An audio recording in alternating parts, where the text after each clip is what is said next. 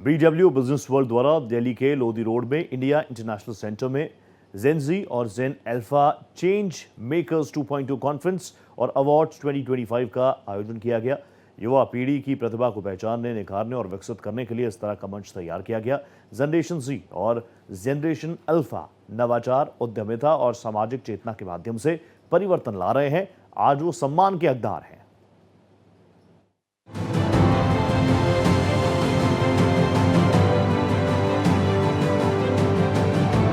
Coca तेरा कुछ कुछ कहंदा नहीं लहंगा, तेरा लुट पुट लहंदा नहीं कोका। सम्मेलन की शुरुआत BW बिजनेस वर्ल्ड के अध्यक्ष और प्रधान संपादक एक्सचेंज फॉर मीडिया समूह के संस्थापक डॉक्टर अनुराग बत्रा के विश्व का भविष्य विषय पर उद्घाटन भाषण से हुई। उभरती पीढ़ियां भविष्य के विकास को गति देने के लिए रचनात्मकता, प्रौद्योगिकी और स्थिरता का मिश्रण कर रही हैं। इस मंच के जरिए युवा शक्ति की खूब प्रशंसा की गई। अनुराग बत्रा ने कहा, भारत का युवा आज अपने परिश्रम और इनोवेशन से दुनिया को ये दिखा रहा है कि हम में कितना सामर्थ्य है। देखिए, अगर हमें अपने देश को ऊंचाइयों पे ले जाना है तो वो यंग लोग लेके जाएंगे। तो ये जो बिजनेस वर्ल्ड की मुहिम है, ये जेन जी और जेन अल्फा चेंज मेकर्स, यंग लोगों के टैलेंट को रिकॉग्नाइज करना, उनको प्रोत्साहित करना, अवार्ड्स देना, उनको एक प्लेटफॉर्म देना, उनके काम को शोकेस करना, ये इसका मकसद था। और आपने देखा ये जो 20 विनर्स हैं, इनका काम, इनका हौसला, इनकी एज, तो ये हमारे देश का भविष्य है। और ये अभी ऐसा काम कर रहे हैं जिसकी आप फ्यूचर में इम्पैक्ट देखेंगे। कईयों का तो अभी बहुत इम्पैक्ट हो रहा है। विभिन्न क्षेत्रों में काम करने वाले युवाओं को एक मंच देकर ये बताया गया कि वो अपने द्वारा किए गए कार्यों से समाज को किस तरह प्रभावित कर रहे हैं और भारत के भविष्य को और ज्यादा उज्जवल बनाने के लिए उनकी क्या प्लानिंग और योजना है।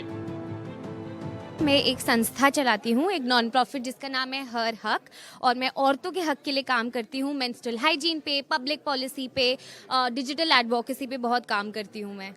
और समाज से बहुत सपोर्ट मिलता है, बट और सपोर्ट चाहिए बिलीव करने में कि यंग लोग दुनिया बदल सकते हैं, हम पे भरोसा करने के लिए और औरतों को इक्वालिटी दिलाने के लिए। मैंने 3 बार से KVS नेशनल की चैम्पियन रही हूँ, and because of my this winner in championship, I was able to get Delhi winner position for last 3 years consecutive way में। एंड अभी मैं स्पेन एंड जर्मनी में भी खेलने गई थी, and it was a really good place to play. And tennis is not a career, like it's not a वो, it's a lifestyle. So जब आप कोई स्पोर्ट्स खेलते हो ना, आप वो एज अ करियर नहीं करते, वो फिर आपकी लाइफ स्टाइल बन जाती है। So I really enjoy that life style.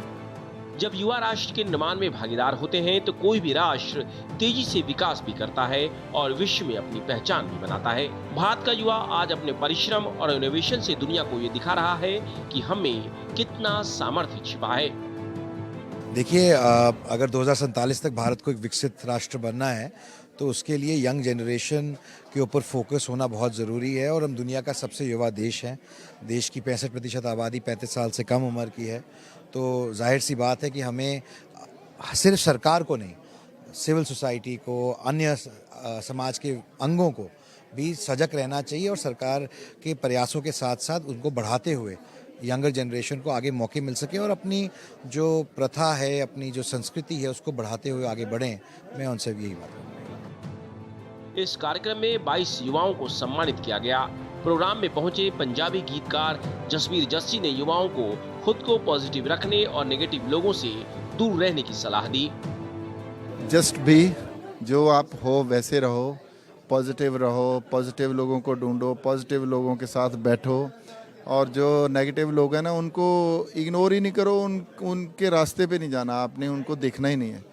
तो सबसे बढ़िया तरक्की करने का ये मतलब आपके माइंड को भी तंदुरुस्त रखेगा, आपकी बॉडी को भी तंदुरुस्त रखेगा, आपके इकोनॉमिक सिस्टम को भी तंदुरुस्त रखेगा। सारी तरीकों से आप तंदुरुस्त रहोगे।